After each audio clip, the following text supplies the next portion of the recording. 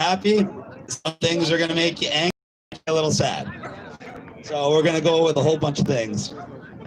Talk about his initiative quickly. He wanted to bring awareness to suicide prevention. His mother took his own life just 3 days after his birthday, and her birthday happens to be next Sunday on the 21st. And he was planning on coming downtown Toronto to around the Tent City area, grab a whole bunch of food, and go out to hand it out to the less fortunate to help raise awareness. And I told him I'd be interested in helping. So if anybody wants to volunteer and help out on that initiative that's going to be happening next Sunday, they can contact me directly, and we'll go out about that. So the government has been doing a lot of lying. We know this. The lies are getting more desperate to the point where we talked about the secret vote to make sure they didn't have transparency, so they wouldn't tell us why they're extending our lockdown. It went even a step further. When Doug Ford was posed, who are these so-called experts that are giving us the so-called data that we're not allowed to see? His response was, I'm sorry, I can't tell you who the experts are. So we have experts telling us data that experts we're not allowed to know of, telling us data we're not allowed to see. We don't have the reason that we need to be stayed locked down, but they're assuring us that lockdown is the only way to go. I don't know if you know our Deputy PM, Chrystia Freeland. She's a well-known author. She was in CTV News yesterday, and she let the cat out of the bag by accident. She admitted their reopening strategy for the GTA is going to take up to 8 months. Oh my God. That was published June 3rd, by the way. That takes us into 2021. Now, let's look at this logically. Our PM is a fired substitute drama teacher. Our deputy PM is an author.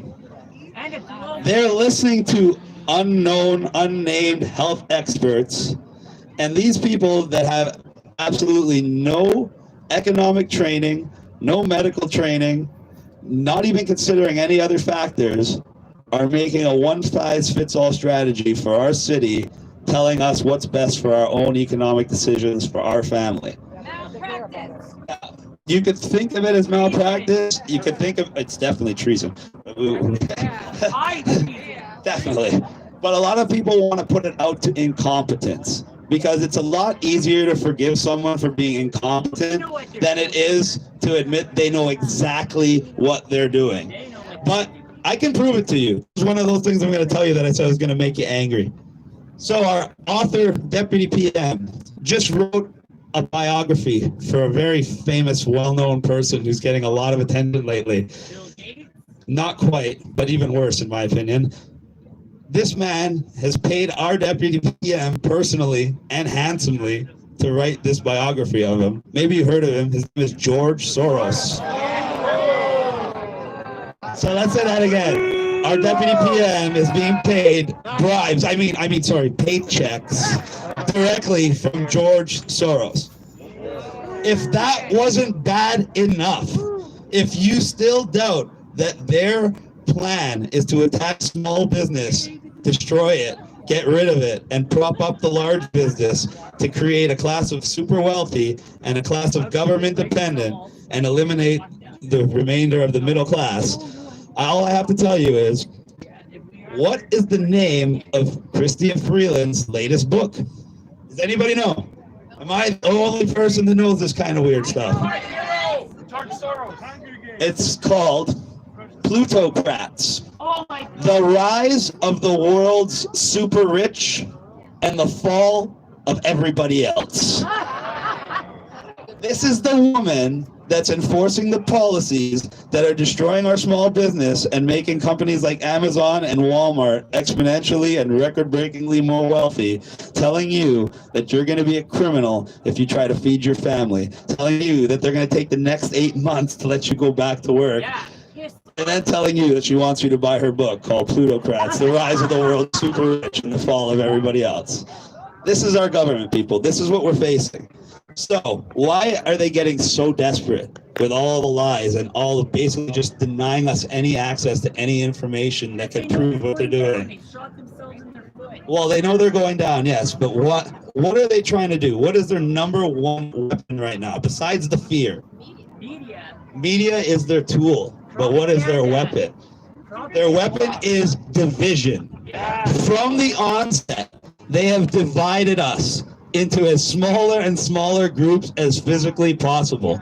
It started with dividing the people who are afraid of the virus with the people who are not afraid of the virus. Yeah. That was a big divide right there. They continued that division with the people getting CRV payments and the small business owners or other people that are still working. Now they continued that divide. They tried everything they could to create the racial tension and racial riots that they got in the United States of America. But thankfully, we're in Canada. We're in the most diverse, welcoming, inclusive nation in the world, and their plans fell flat on their face. The media was so desperate last week after our march when the so-called anti-racism protesters showed up. I went to greet them because I could tell they were afraid. They're literally afraid of us. So I went over by myself, and these kids, they must have been kids, no older than 17, 18 years old. And I walked over and I said, why are you guys way over here? Like, we just finished our march, having a good mood, everyone's still having a good time. Why don't you come over there? Like, they're shaking their head. They're literally terrified of it. What are you scared of? What did somebody tell you? They're like, well, we heard by the media that this is a KKK rally. That's what they said to us. I looked at her in the eyes. I said, yes, apparently we're all white supremacists. We're all racists and all the rest of it. But I looked at her and I said, do I look like I'm someone you should be scared of, or do I look like I'm inviting you over there to be with the rest of us? And at that point, she shook my hand and she smiled. She didn't take off her mask, though, unfortunately. Baby steps, baby steps. But they did come over. And guess what the mainstream media, who only showed up after they showed up, did? When we were all mingling together, we wanted the media to show how everybody was included, united, the solidarity, the positivity. The media was having none of it. They literally got their camera crews and started trying to literally divide our groups on one side and the other so they could start filming and get their shot of two so-called opposing groups on one side or the other. But our people were having none of it. We were videotaping them. We showed each other. These videos are all online. And you can see the mainstream media getting very frustrated because we were preventing them from creating their narrative. So they just went and called us racist again. No big deal. We're online. We're online. We're all online. Everybody's online, and we hope that we're all online. What website? What do you mean? Yeah, why are you wearing a mask at the front of our thing? Hugs over mask. Didn't you get the memo? What Come on. website? Which websites? What do you mean? Our website is fearlessontario.ca. My nonprofit is backtowork.bz. And I'm going to talk about getting people back to work right now, as a matter of fact. That's why I'm really here. The most pressing issue. So we know their weapon is division. Sorry for the distraction, but it was obviously on purpose. We know their weapon is division. We know the way around their weapon is unity, solidarity, community outreach. Once we all come together, we can be non-compliant together. When we're non-compliant together, we get our way, they don't get their way. The most pressing issue, there's a lot of issues right now, but the most pressing issue is getting people back to work. Why? 97% of our businesses are small businesses. 70% of our jobs are created by small business. Millions, tens of millions of people rely on small business. Our economy relies on small business. Our way of life revolves around the success of small business. So if we do not come together as a community and save our small businesses, the rest of our country will collapse just as bad. So, thankfully, Back to Work got launched. We already have over $5,000 in the legal fund and is growing every day. Businesses are being added every day. They contact me. I've had people contact me that never showed up at this protest, didn't have any idea who I am, just by word of mouth. I want to tell you about one family I went to visit and something that could help a lot of the people here that we helped find in businesses leasing contracts that a lot of people don't know about, but it applies to about 1/4 of all contracts. So I got a call, I got an email. It was from a woman. She had a business. It was a clinic of some type. I don't want to give too much information. So as soon as somebody signs up on my site, a business owner, I get an email notification with their contact, and I immediately contact them, and we make a meeting where I can come to their business and we can go through their lease agreement and see if there's any way I can help them there. And then we go through their business, and using the new guidelines, I come up with an adaptive business model that'll help them generate revenue, even if they can't officially open, just to keep them afloat. So this family called me, and I went there. Sure enough, I saw a beautiful wife and husband, and 2 amazing little girls. They were like, literally like they came out of a movie. They were just absolutely adorable. And they told me, I told them, you got to look at your lease. There's a clause in 1 out of 4 leases that if you have a government closure on your business, your landlord cannot force you to pay rent. Nice. It's humongous. Not only will that just save you the amount of money for all this time, number one. Number two, it can give you the leverage to renegotiate an entirely new lease from scratch with cheaper payments, deferred payments, whatever works for you. The point is, it could put you in the driver's seat, and it's something anybody can look at their lease, costs absolutely no money, and it'll affect at least 1 out of 4 businesses in this country, and it can save those businesses. First of all, that worked for them. As soon as they saw that, they started tearing up, and they told me that they'd already lost their house, and they were literally about a week away from losing their business, and really didn't know what they were going to do. So we went through their business. I gave them a way that they could start generating revenue again. They got the confidence they needed, the courage they needed to stand up to the government, and more importantly, they got the means to save their family, save their business, and hopefully get their house back. This is what Back to Work is all about. This is what we're trying to do on a grand scale for everybody. Everybody needs to look out for everybody else. The landlords need to take care of the business owners. The essential businesses need to take care of the non-essential businesses. All of us need to do our part. I donated those waters from Back to Work just for everybody, and we don't want anything, but we do appreciate donations at backtowork.bz for the cause, one way or the other. We accomplished a lot in the last week when we started Fearless Ontario, and we got Randy to come speak for us. He's been a real thorn in their side. He's the one that started that petition, and that petition is great. It's getting not just national attention. We got an official endorsement from Dr. Penny, and she's internationally renowned. And so when you have international doctors that aren't on the government payroll telling you the truth, it's a lot more credible than unnamed doctors giving you unnamed data, telling you how you have to live your life. Another important development that I have to mention. I mentioned a long time ago that we were pursuing a lawsuit against the government with Rocco Galati. He is an absolute legend. He is a warrior, and he is coming for them.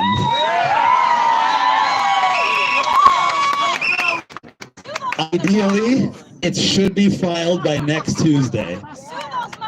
If you're wondering why it's taken this long, it's pretty easy to explain. Our government is so corrupt, and everything they're doing is so blatantly illegal, that our lawsuit submission is already at 83 pages long and counting. 83 pages try to explain all the illegal stuff they're doing and all the ways they're trying to subjugate us. Well, it's going to get filed next week. The pressure is going to be on. This is going to keep growing. We're getting new privileges. Next week, we're going to try to bring food here. We're going to sell donating tickets to help generate revenue for all the causes going around. We need everybody to do their part. We need everybody to sign that petition. We need everybody to go to fearlessontario.ca and sign up. We need everybody to go to backtowork.bz, make a small donation, show your business friend. It's spreading by word of mouth. Every business I help tells another business, tells another business, tells another business, and it's going great. I tried to warn you guys about this whole regional opening thing, and I told you they're going to use it as a way to stall. They try to show you this map that shows all of Ontario, and it looks like the whole of Ontario is open except this little tiny portion that we call the GTA. The reality is, the GTA is almost 70% of all the businesses in Ontario. Yeah, I know. So even if they open the rest of Ontario, all the businesses at 50% capacity, that's only 15% of the economy open.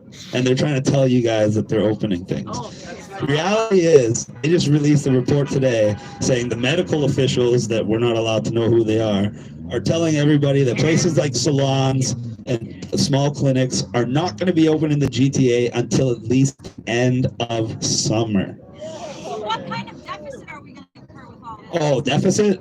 I'm not a mathematician, but I can tell you it's going to be at least $300 billion this year. Yeah, I know. And already our GDP has shrunk by close to 10%, and it's falling more every day, and with no prospect of replacing these jobs. That's what you guys have to realize. When these businesses are gone, there's nothing to replace them. When these restaurants are gone, they're not coming back. These are restaurants. Some of these restaurants have been here since the 50s, the 60s, places we grew up with. These are places that have supported not just one family, but generations of the same family. And now these people are out on the street, literally. And the government doesn't care. The government thinks of you as collateral damage. They have all these wonderful sounding terms that just take the feeling out of everything. You're just statistics. But like I said, we're making headway. Every week, we're making things happen. Every week, Doug Ford's approval drops. Every week, more businesses are signing up to back to work. Every week, we're getting more coverage. The LCBO is going to be open without Doug Ford. There's plenty of people lining up over there. I just want to thank everybody for coming out. We're going to do our march today. And my wonderful wife is handing out our back to work sheets for anybody that needs instructions on how to join back to work. See my beautiful wife. She'll be handing them out to everybody. Thank you guys so much. It was great. Chris Sky, everybody, Chris Sky. Big round of applause. He's doing some fantastic stuff for businesses. We all are participating in this. And it is up to all of us. I'd just like to say a couple of words, and then I'm going to bring up. Oh my goodness, it's very warm again here. The weather. On accord to ensure that his petition gets out and that it gets signed. The weather Because lied to us. that It said it was going to be detrimental. 15 I would degrees, like to not just have warm, a but few minutes it's to feeling talk much about warmer than that. What are I'm words? cooking Are in the sun. everything in a civilization. They are everything because it's the words that we use that define the laws that keep the peace among the vast, beautiful array of people. Words are everything to civilization. Now, when it comes to all of these experts, the most important word would be license. If any of these doctors are not licensed in virology, they are unqualified to speak about COVID-19. 100% unqualified. In fact, they are committing an act of malpractice, according to Canadian law. And they should be confronted. It is so very important that everybody understands this. If they are not a virologist, they are not qualified to speak about viruses, period. So with that said, I'd like to invite Mike up here. Hello, everyone. So, as you said, I'm the staff. He's got lots of work this year. I've been trying to get this. I'm very glad to see you, Randy. I heard about the Dr. Plan 3 weeks ago, and when I saw everyone getting involved, and Randy heard about it, he's like, "We got to get going. We got to get this moving. The only way we can change and end this lockdown is together. There's nothing that we can't do if we're not unified in a single cause, under a single banner to end this lockdown." So I want to thank everyone from Fearless Ontario, fearlessontario.ca. Get on all the social media, get involved, volunteer, get a free water from their booth. the more that we come, the more that we get our families, communities, the quicker this will change. It doesn't matter if they decide to end the lockdown tomorrow. There's still more work to be done. Randy is going to be fighting for you guys. He knows that this has to stop. His writings are hurting. All our writings are hurting. It is time we take a stand. Thank you very much. Be sure to this petition tonight. Visit SailorOntario.ca, RandyHillier.mvp.ca, and thank you.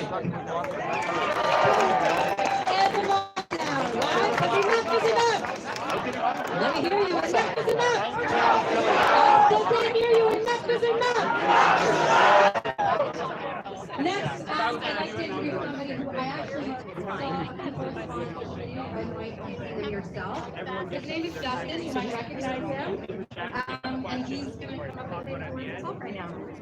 With his beautiful little daughter.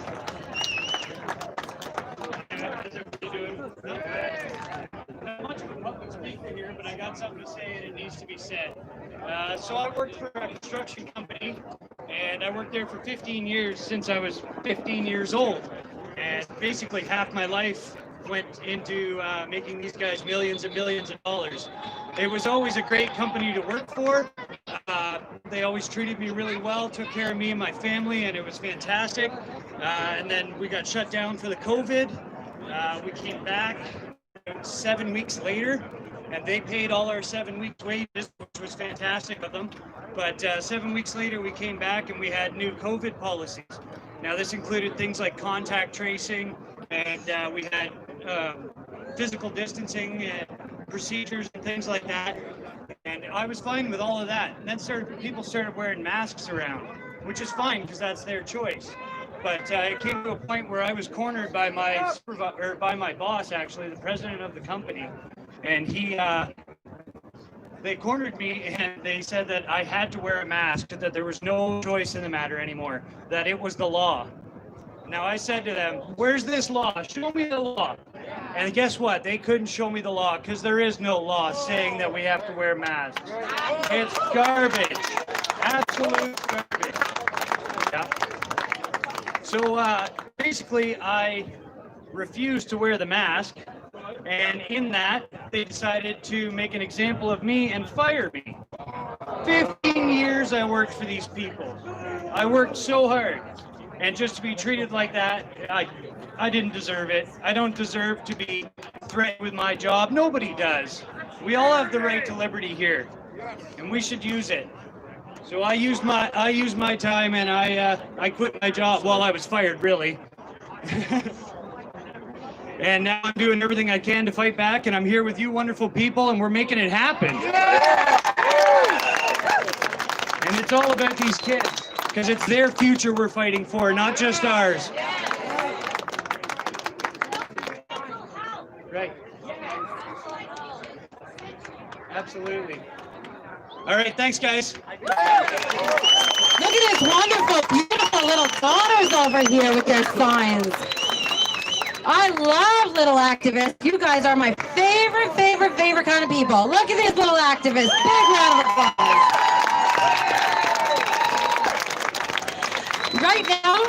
Right now, I'm going to have Ella. Where's Ella at? Ella.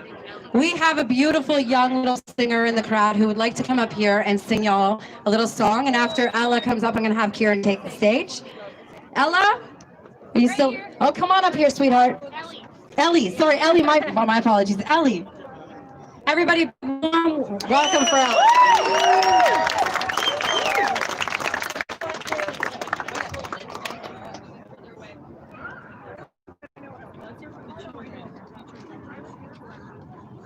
Hi everybody,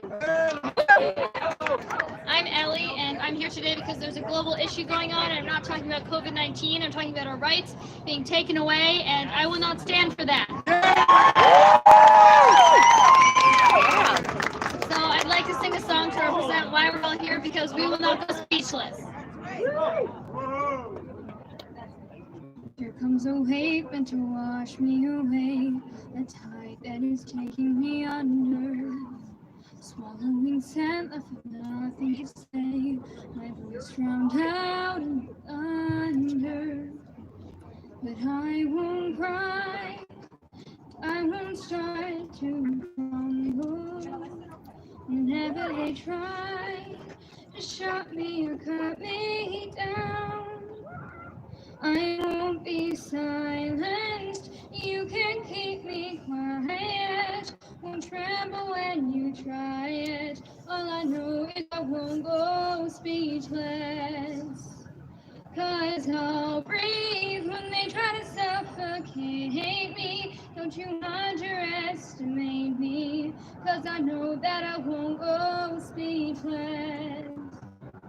Written in stone, every rule, every word. Centuries old and unbending.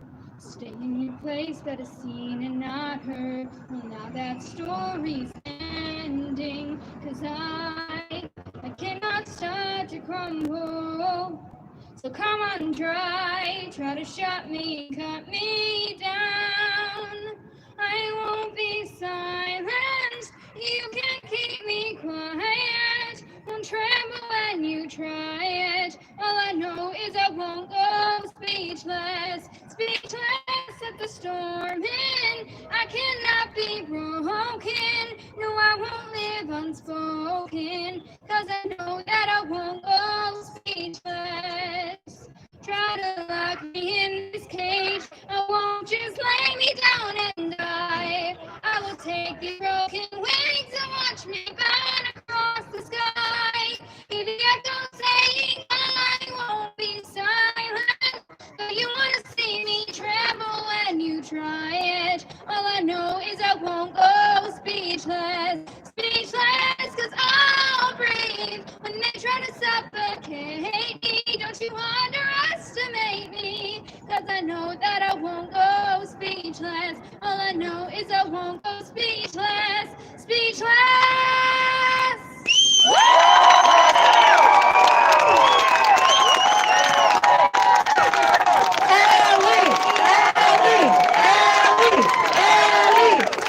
That was fantastic.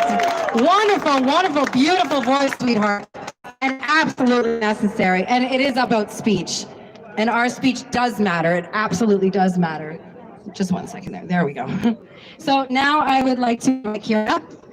So this young man impresses me so very, very much. And I think he's going to have a very strong future in leadership. Thank you. Another round of applause for Ellie. That was a wonderful song.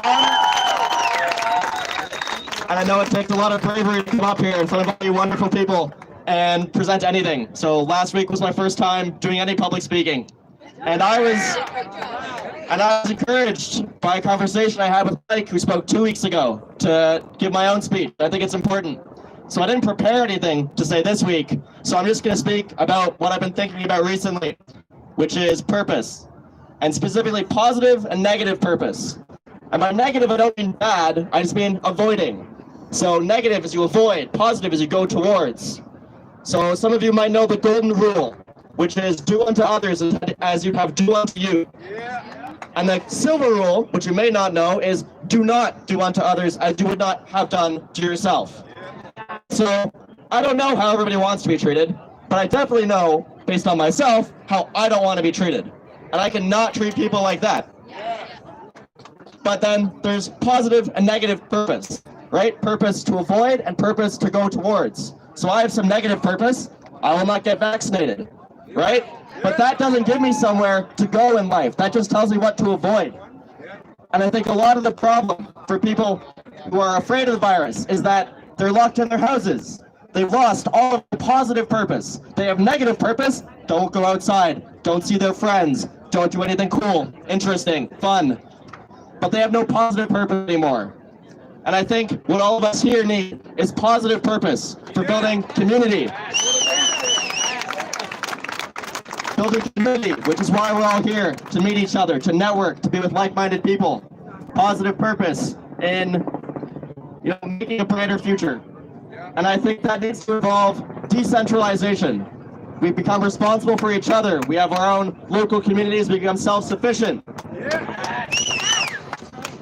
I don't live off-grid, so I don't want to be a hypocrite, but I do think it's important that we try to move in that direction as much as we can. And that's tough for me to say because I'm a computer science major. So my work is online. But it's been a big change that I've had to deal with myself for how to move in that direction. And I'm sure most of us probably don't want to be Amish. If we can avoid that, that would be best. And so if one person wants to move off grid, they're gonna be living in the middle of the woods in a shack. If 10 people move off grid, they can have a small community. If 1,000 people live off grid, we can have exactly what we have now. And if we all decide to not comply and to not do things we know to be wrong and to not support. So we're being programmed and molded to accept theorists. But now you can see this unfolding right in front of your eyes. We have been dumbed down, divided, poisoned, killed and enslaved into a belief system that convinced us we have the freedom of choice in our modern society. We are free to choose a political, corporate candidate to represent us in government.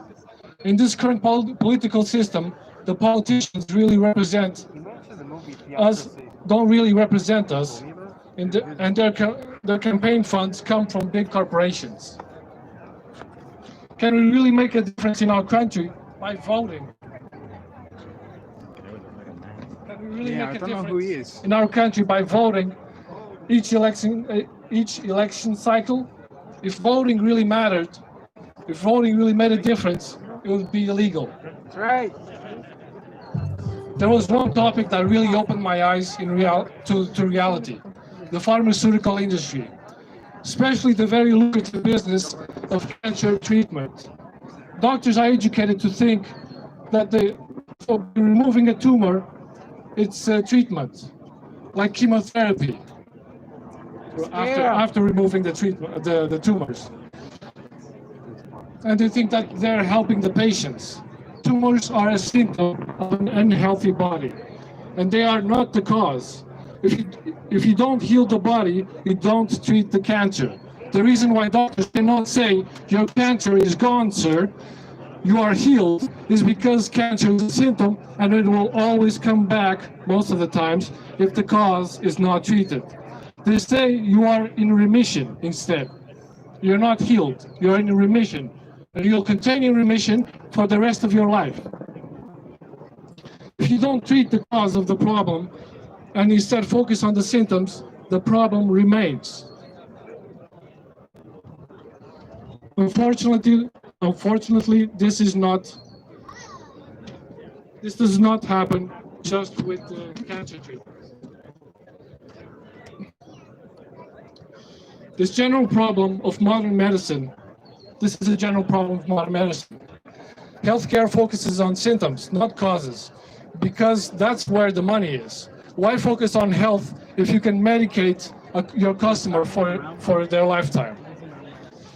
Medicine should be completely detached from influence of the profit-hungry pharmaceutical industry, but we don't have that. We have a similar problem with government and politicians. Big corporations and organizations have the strongest influence in government.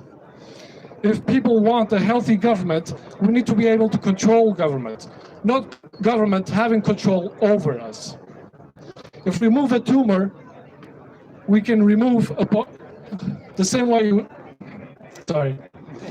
can remove a tumor, we can remove a politician from government, but we're not solving a problem, are we? What is the cause of corruption in government? Hey, quiet. Government itself. If we don't heal the body, we'll never get rid of this cancer.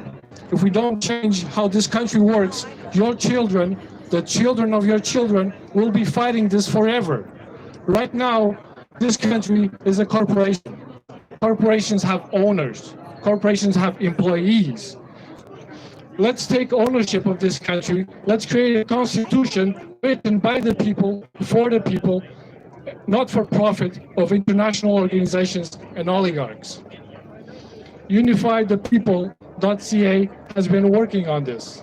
They've written constitutions for every province And you can participate also in the writing of the Constitution for Ontario. You can also take action. You have a say, and you should be participating. Thank you so much, Miguel. Thank you so very much. We're going to have a new speaker come up right now. His name is Kyle. Awesome. And after Kyle, we're going to have Maddie, and then we're going to get ready for that march. Are you all up for a march or what? All right, here are Kyle. Big warm welcome. Thank you. Thank you. So basically, I just want to start by saying this. So 75 years ago, our forefathers saw to the end of an authoritarian regime that took control of all of Europe. We liberated it, and we brought in a new era of prosperity, freedom, and liberty. But today, we're under attack by those same kind of forces. Authoritarianism is everywhere. And it's in the media, it's creeping into the mainstream. We get slandered. Pardon? Yeah, sorry, it's there, yeah. So, us, the forces of our liberty, we want freedom. We're fighting an uphill battle. The media is against us. The government's against us, and the corporations are against us. The far left, you know, they're out there. They're attacking what we hold dear here. And the media has a double standard. What were they saying for weeks about us? They were saying we were dangerous. They were saying out here that we were going to hurt people. We were going to get people sick. Well, all of a sudden, those big protests over there start happening. What do they say? Oh, it's no big deal. So that shows a double standard. Either they are acknowledging that there was no reason to lock down and destroy our economy, or they do not care about the people. One of those two has to be true. Which one do you think it is? Both. Exactly, both. So instead, what do we see? Instead of having strong government, strong people, what do we see? We see our institutions. We see our prime minister bowing down before the mob. And this is a blatant acknowledgement of what this has become, which is fear tactics. He is the mob, exactly. Now we hear calls to disband our brave police forces who are keeping everyone safe. And removing our ability to defend ourselves. You only need to look at Seattle right now to see what happens. Anarchy and thugs putting their sick form of justice with no accountability to the people. These mobs, these people who are sowing discontent and division, as we've heard before, they use the same tactics as terrorists. All right, they are destroying our cultural monuments. They're defacing Churchill in Britain, Abraham Lincoln down in the United States. Oh, and they're trying to ban our shows, our movies, and they're trying to burn our books. That's what they're doing right now. Now, instead of the media, the mainstream, calling any of this out, what do we hear? We hear them explaining the same cultish mantras over and over and over again. They ignore them. They say, oh, there's no violence. There's none of this. Well, we can see it with our eyes. They've ignored us. We know what they're like. Now, I know things may seem a little on the back foot for us, but there is reason to have hope. We're the silent majority. We are, as we can see here. And the problem with the silent majority, though, is just that. They don't stand up till it's too late. And that's why we are here making a difference. This is a good start, all right? We're out here, and we're making a stand. We need to figure out how to organize ourselves. So we got to keep this going. Because if we disperse this, if we do not be proactive next time, then we keep sliding. So I suggest that we need to, this is a good start right here. And we need to come together. We need to talk to people. We need to get to know each other. And kick some ass. Exactly. We're out here defending our culture. We're out here defending our liberty. And this is something that our forefathers paid in spades to get us. And if we give that up, that'll all be for vain. Exactly, lest we forget. Now, we need to continue what we're doing here. And I think that we have a good thing here, what we're doing. We got a fire going, and if we keep it burning, if we keep standing up for what we believe in, then no one can defend us. We may be fighting an uphill battle, but the greatest stories in history are when the little man stands up to the big man against all odds. David and Goliath. That's us. So let's get out there. Let's show them we will not go quietly in the night. We're going to stand up for our God-given rights, paid for by the generations before us, that we do not have to use violence and intimidation to do it. We're going to stand on our morals. We're going to stand for a just cause, and we will not compromise with those who are willing to take away everything that we hold dear. Most importantly, let's make our children proud to say that they did not kneel. Thank you. Hi, everybody, that's Kyle. Big round of applause. Without further ado, I'm going to bring out my favorite person right now to this microphone. I just love this young man. He is an advocate for those with mental afflictions, anxiety, and Maddie, I just love you so much. Everybody, this is Maddie. Thank you so much. Your faith, your support, coming to this has actually saved my life. Hugs save lives. They are not just the masks, they save lives. Connectivity is the foundation to actually healing from any mental health affliction, whether it be minor anxiety or the major stuff I suffer, like bipolar disorder, autism, all these types of things have become my gifts. I stand here representing every person too afraid and stricken down by their mental health because they are seen as invisible.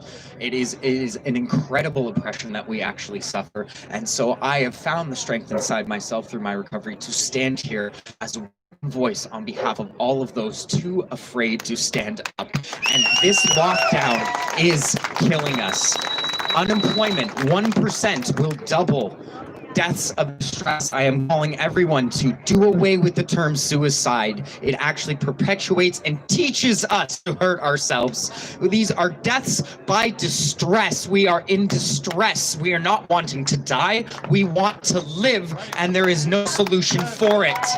And we have been put down exponentially. If we take 15% unemployment with the best number I can come up out of 2017, there's lag in numbers. I'm serious. I'm getting to the bottom of this. And at 4,100 doubled, compounded, that's too much math. It's too many deaths. We're looking at millions per year if we don't solve this now. Millions per annum, not one shot. So I will be walking the streets 24/7. I am not going home, at least to the end of this month. And if at that point the collective organizers here feel that forward momentum does not happen, I will stay out indefinitely. I failed at a 3-day hunger strike because of the heat, the exercise of actually pushing and walking the grounds.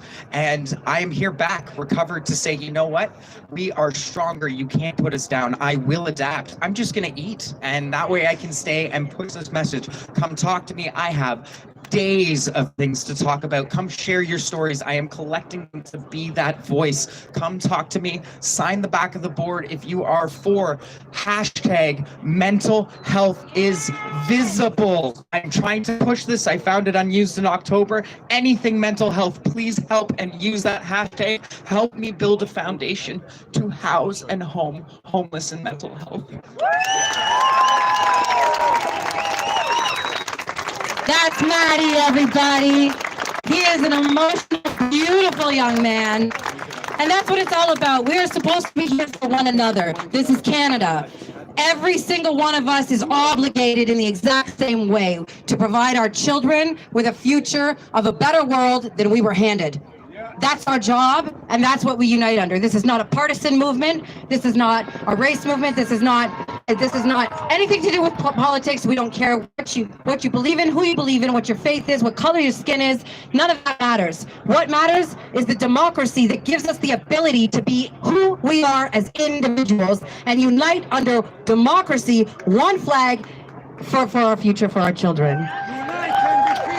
With that said, I'm going to have DK from InfoWars come up here for a quick second. He's got a small announcement to make, and then I'm going to ask Lamont to come on up. Thank you, Ms. Kelly. Hey, folks, speaking of InfoWars.com, how y'all doing? Fantastic. Ladies and gentlemen, brothers and sisters, fellow Canadians, let's ask not what our country can do for us, but what we can do for our country. Now, this evening, around 4 to 6 p.m., a number of us are planning on going to Dundas Square to hand out flyers to the general public. We know people are reaching out to people on the side of the streets. People are loving to go marching. It's fantastic. And what my colleagues and I did a few years ago to beat swine flu is somebody set up a meetup so a bunch of us red pill folks could look at and talk to each other. Other people understand what's going on. We met for falafels and shawarmas, about 15, 20 of us. We had a great time getting along. Then we felt like acting. So we set up a meet and greet table at near Dundas Square, right outside the Eaton Center. Polite patriots, ignoring people, saying hi to people, passing on info to go, posters, flyers, or DVDs, or talking to people who want to talk to us politely. No nonsense, no taking out our frustrations. The people that look crazy were people who were triggered. We didn't, everybody else didn't, and some people who were quickly left after getting embarrassed. And then we loaded up our backpacks with posters and flyers, and we flyered every mailbox, we postered every street, and we had a great time doing so. So what I want to say for people out there is across Canada, in cities and towns everywhere, this is a great way to red pill your town or city, so please consider it, and please consider today, 4 to 6 p.m. at Dundas Square, passing out flyers to our fellow Canadians, getting them from half knowledge to full knowledge, and once we're all informed and empowered, we'll help our leaders and our media and each other get a better future. Thank you. Cheers. Thank you, BK.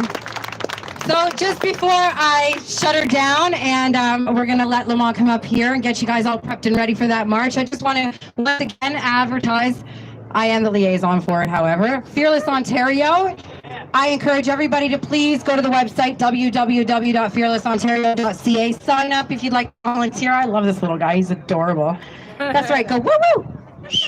Woo-woo. He's so cute. And yeah, and like I said, hopefully the crowds will just keep getting bigger and bigger.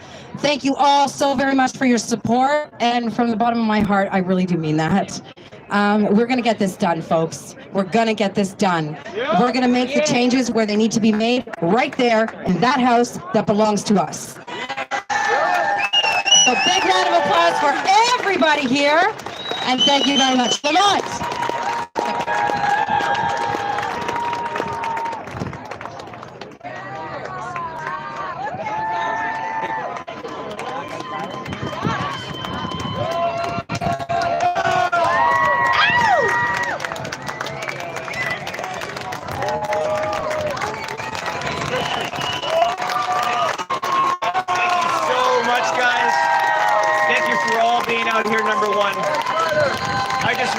Thank you so much to Black Lives Matter to come over here and hang out with us. We're here to support you as much as you are for us. Thank you. Thank you for being here. My goodness. First of all, I just want to say thank you to all the wonderful speakers out there. You guys have been amazing. We've been out here 8 times. 2 months, people, we've been out here. A celebration of freedom and rights. My name is Lamont. I'm one of the leaders of Celebration of Freedom and Rights on Facebook. I'm also one of the leaders of the of Free North Patriots, which is another group on Facebook. And I'm also a member of the Line Canada movement.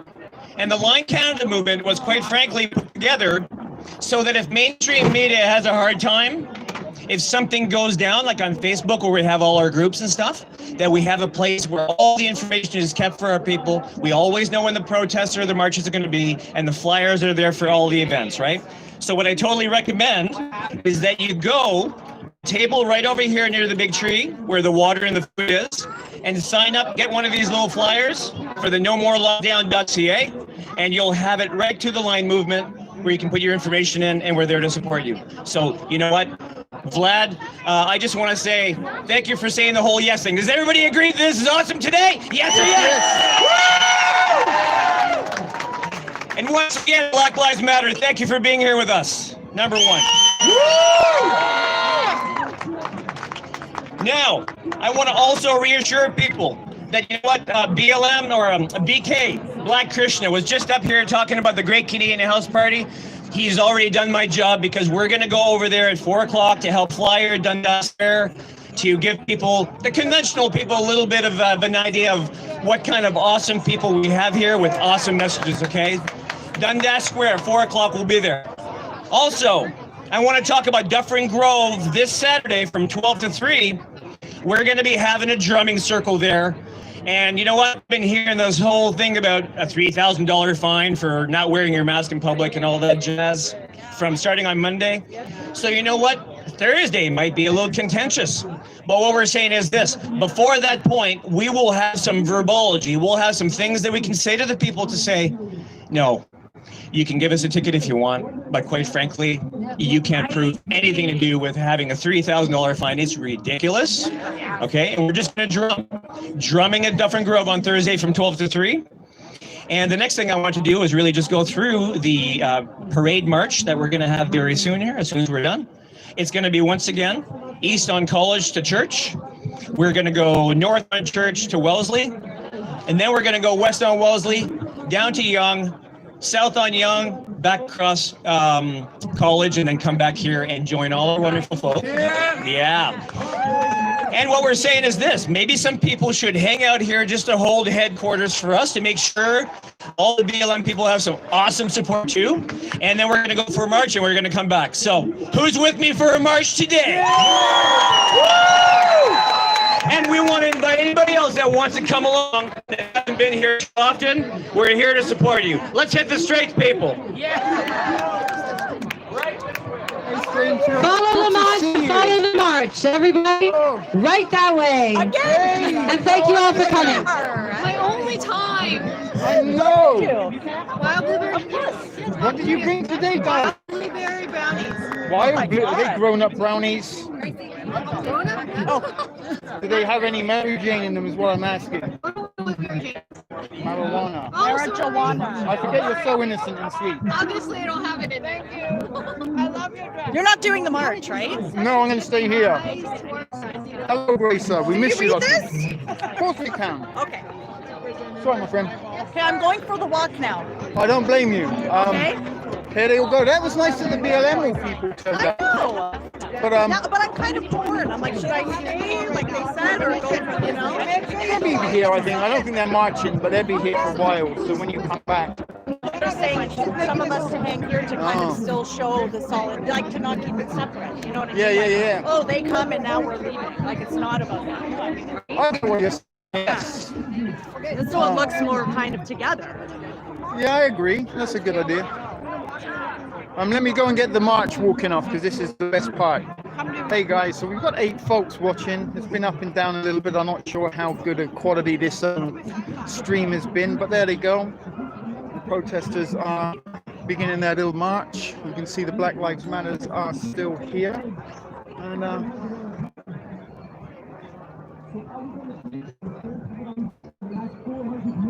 you walking? Yeah, I'm going to. Okay, I'll see you when you come back. Oh no, your sign was here last week, but you were.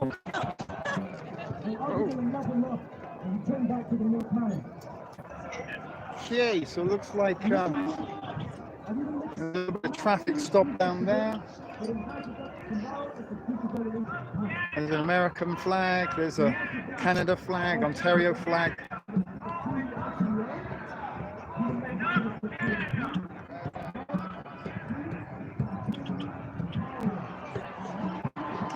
So this is interesting. The BLM protest turned up in the middle of our protest. They come and joined us. And,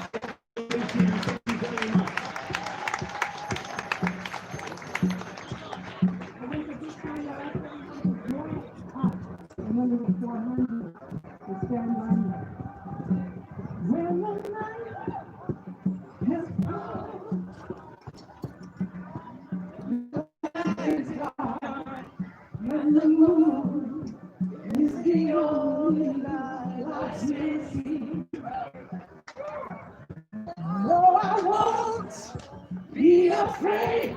No, I won't be afraid. As long as you stand by me. So darling, darling, stand by me. Oh, stand by me. Oh, stand by me. Stand by me. Thank you.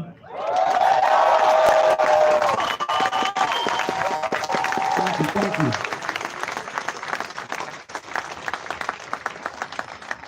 Come on.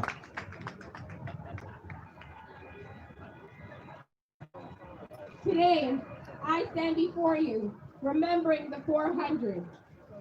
A study of my history tells me that I will soar. Despite the oppression, I will soar. And despite the neglect and objectification, I will soar.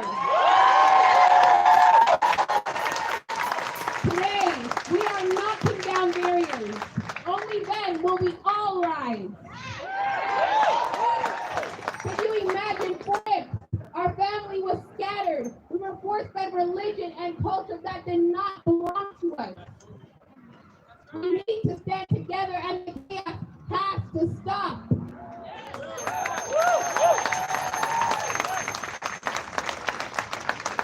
We thought that the path was cleared by freedom fighters like Rosa Parks for her refusal to give up her seat to a white passenger, like Mary McLeod Bethune, who was a pioneer for education and a civil rights activist, like Harriet Tubman, who was a warrior in the battle against slavery and risked her own freedom to help hundreds of others escape using the Underground Railroad.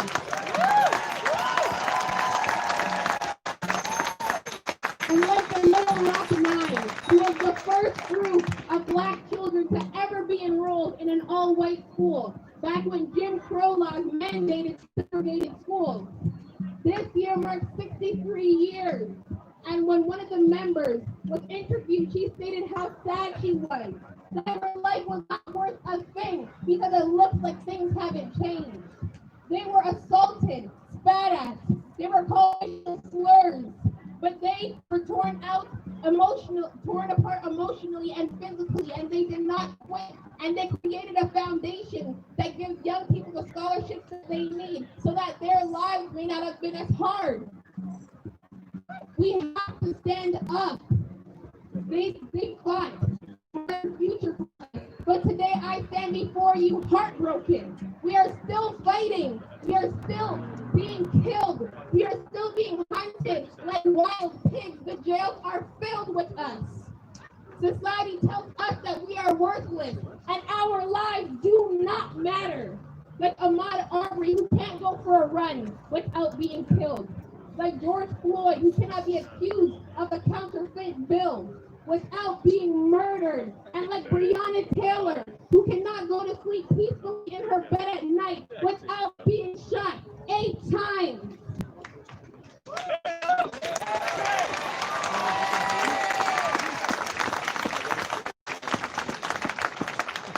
When you kill an animal, you are locked up immediately. But for my people, it's up for debate.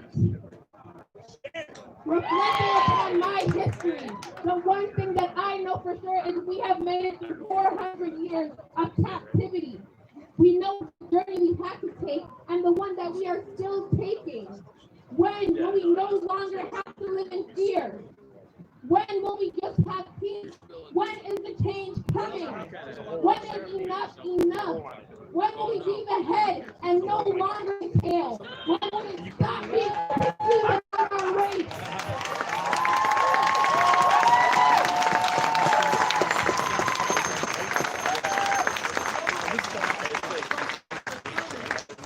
Do I want change for my people? Of course I do. So the next time, say no to police brutality. Say no to injustice.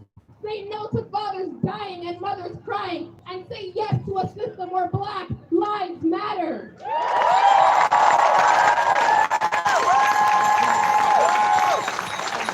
We have been suffering for way too long. So stand with your chest pushed out and be a freedom fighter up today. We will rise up. Rise unafraid, highlight the way. We will rise up and we will do it 1,000 times again. For you, my forefathers, and for you, my Black brothers and sisters. I am the next generation. My life matters. I am more. We have been through enough. We have endured the pain. We are more. So when I say we are, you say more. We are. We are. We are. Thank you. People gonna lie, we stop. We are. We are. We are. We are. We are. We are. Let it be known. We are more. Let that be known to all four corners of this earth. I'm going to present to you a young man. A young man who goes by the name of Joel. And he has something to say. He has something to say.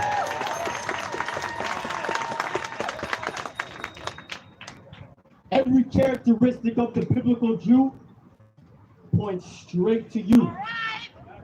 O sons and daughters of Jacob, only if you know, under the sun I see many iniquities that I've done by my people, my kind, in a hypocritical state of mind, saying hate the white man, but yet at the same time, we worship his God, follow his culture, and in other words, live the life of a vulture, a scavenger, picking up the dead remains of another. And then we wonder why our nation can't prosper throughout the ghettos, inner city slums. Well, child of Jacob, living and dying by guns and drugs, hauled in the street cars as street thugs, inhabiting jail cells like sockets and habit plugs. In this situation, most more than some believe it's a blessing to live beyond 21. With my eyes, it's all of this I'm seeing, not virtual reality. No, I ain't dreaming. And everywhere I'm going, I'm hearing my people screaming, revolution, when there's no political solution, hence producing even more confusion. The solution is spiritual, child of Jacob, you are the original. So from a nation of princes and kings we found, return to your father and come back home. We are worshiping both gods and in your minds, I hope these words have been sown.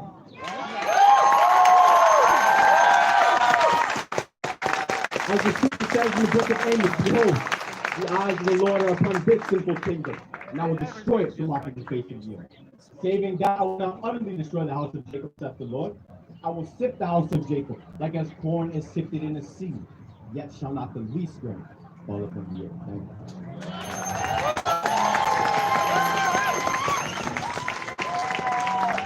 That was powerful. That was powerful. That was powerful. Powerful. I'm gonna bring to you another young man. He goes by the name of Samson. He don't got 7 locks though. He probably got maybe 20, 30 going on there. But we gonna bring Samson to the mic. Samson. Yes, yes, yes. Everybody, how's everybody doing? Let me hear you. Let me hear you guys. This is beautiful. This is a beautiful thing that we have going on here. We got all these people here supporting us. Look to your left, look to your right, look behind you, look in front of you. All these people here are here to support you. We're here to enforce unity. We have a lot of things that we have in store here. It's our organization, and remember the 400. Make sure that you follow us. We have a lot of things in store. You want to take our initiative and we just change the narrative of what belongs to us. You want to change even Black History Month, how Black History Month is in February. We should preserve Black History Month in February. February is the shortest month. They gave us the coldest month for Black History Month. I don't know about you, I'm a tropical baby. I need to be in the sun. I need to be in the sun. Right? I'm meant to be in August. That's what I'm meant to be. It should be in August. The freedom month should be in August.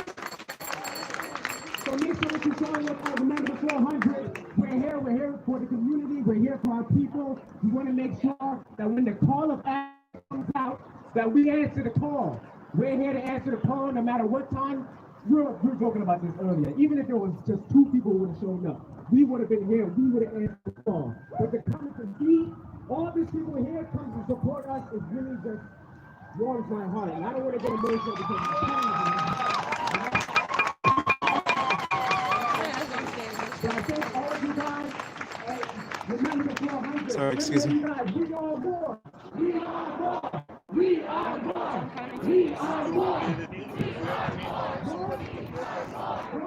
are you, buddy? Good to see you. Was this expected today or? No.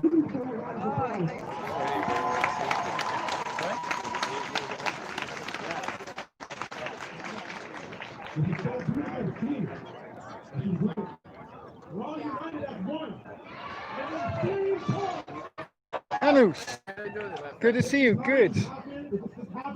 How you doing, man? Good. As good as. It's a little bit insane. And over again, we need to stop. We need to listen to each other. We need to help each other up. We need to help because we have a voice. We need to help each other up because we are not alone. We are only as strong as we can. And we don't look weak. We don't look weak. We are strong. All lives matter. Black lives matter. This is us. Do not discriminate against us. Do not hold us down. We are no longer being oppressed. Push for change. Push for change. Drive for success. Help each other. Educate yourself. Everyone. Start yourself. We know what we need. There's nothing wrong with school. Pick up a book for down to done. Don't read like your brother's heart. Wait. Still not still stuff. You got only way we are everyone is here. Our truth. Not our history. Not our future. These are our children. We are our daughters. We are our sons. I want my future to hold my neck and walk inside. Come on, man. Let me walk this way.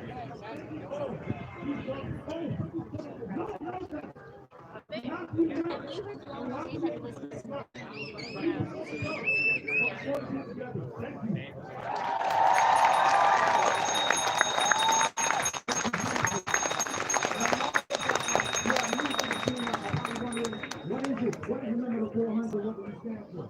I'm going to iterate it again.